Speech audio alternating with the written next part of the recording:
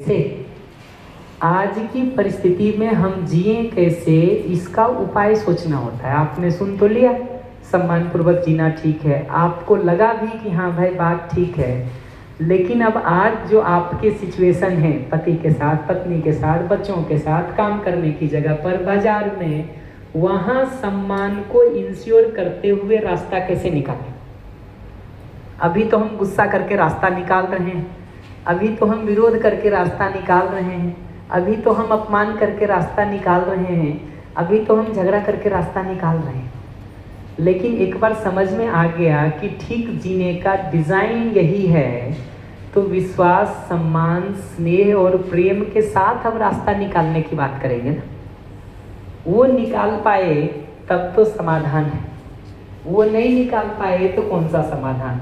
फिर तो ये होगा कि क्लासरूम में बोलते समय विश्वास सम्मान, जीते समय वही पुराना कचरा, वही पुराना कचरा।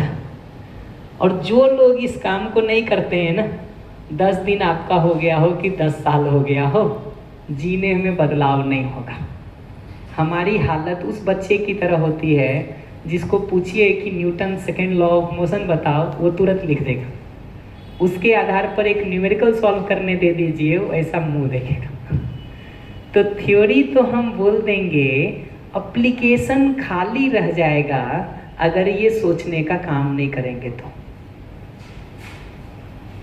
उसी में से एक हिस्सा ये करना होता है कि पहले जिन सिचुएशन में मैं नहीं जी पाता था, वहाँ अब मेरा रिस्पॉन्स का तरीका क्या हो कि चीज़ें ठीक हो जाएं।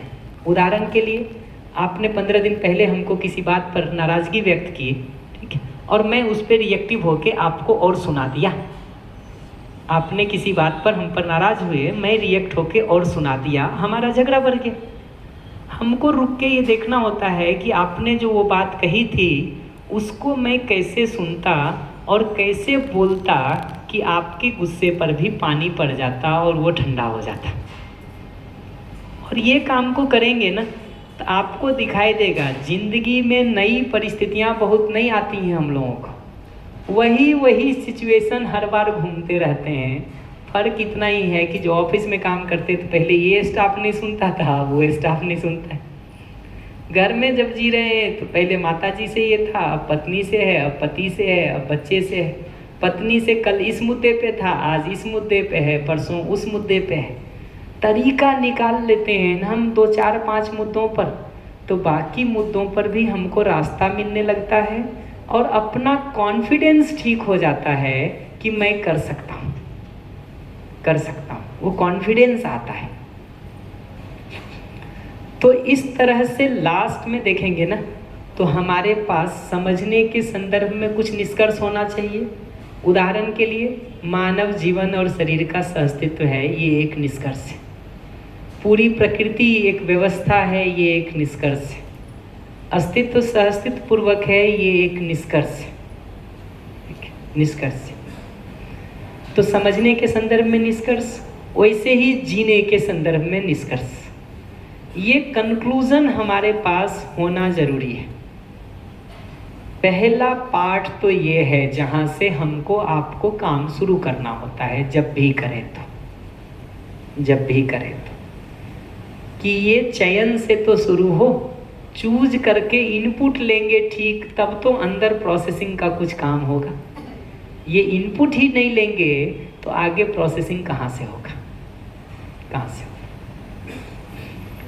सेकेंड पार्ट है कि ये निष्कर्ष एक बार अपने हाथ में है ना, तो दिन भर में जब जिस काम को कर रहे हैं तब उससे जुड़े कंक्लूजन को होशपूर्वक आचरण में लाना।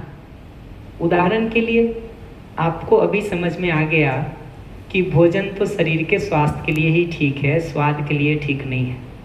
ये यहाँ क्लास में समझने से काम चलेगा या लंच और डिनर में जब डाइनिंग टेबल पर बैठे हुए प्लेट में खाना डाल रहे हैं तब याद रहने की ज़रूरत है। ये समझ में आता कि उस समय अगर ये होश होगा कि भोजन स्वास्थ्य के लिए है न कि स्वाद के लिए, तब तो अप्लाई होगा। यहाँ तो बात हो गई कि सुनाने के पहले सुनना होता है। ये यहाँ चलने से चलेगा या घर में जब पति या पत्नी कुछ कह रहा हो वहाँ ध्यान रहेगा तब सुन पाएंगे। नहीं तो वाक्य पूरा नहीं होगा कि फिर पिछले जैसा जवाब दे देंगे। जितने सिद्धांत हमने व्यवहार के सुने, अगर यहाँ कंक्लूजन में उसको लिख के रखेंगे, उसको रोज पलट के देखने का काम करेंगे, तब तो आपको जीते समय वो होश में रहेगा। नहीं तो होश में ही नहीं रहेगा कि सुनने के बारे में जो बात कही थी वो होश में भी नहीं रहेगा।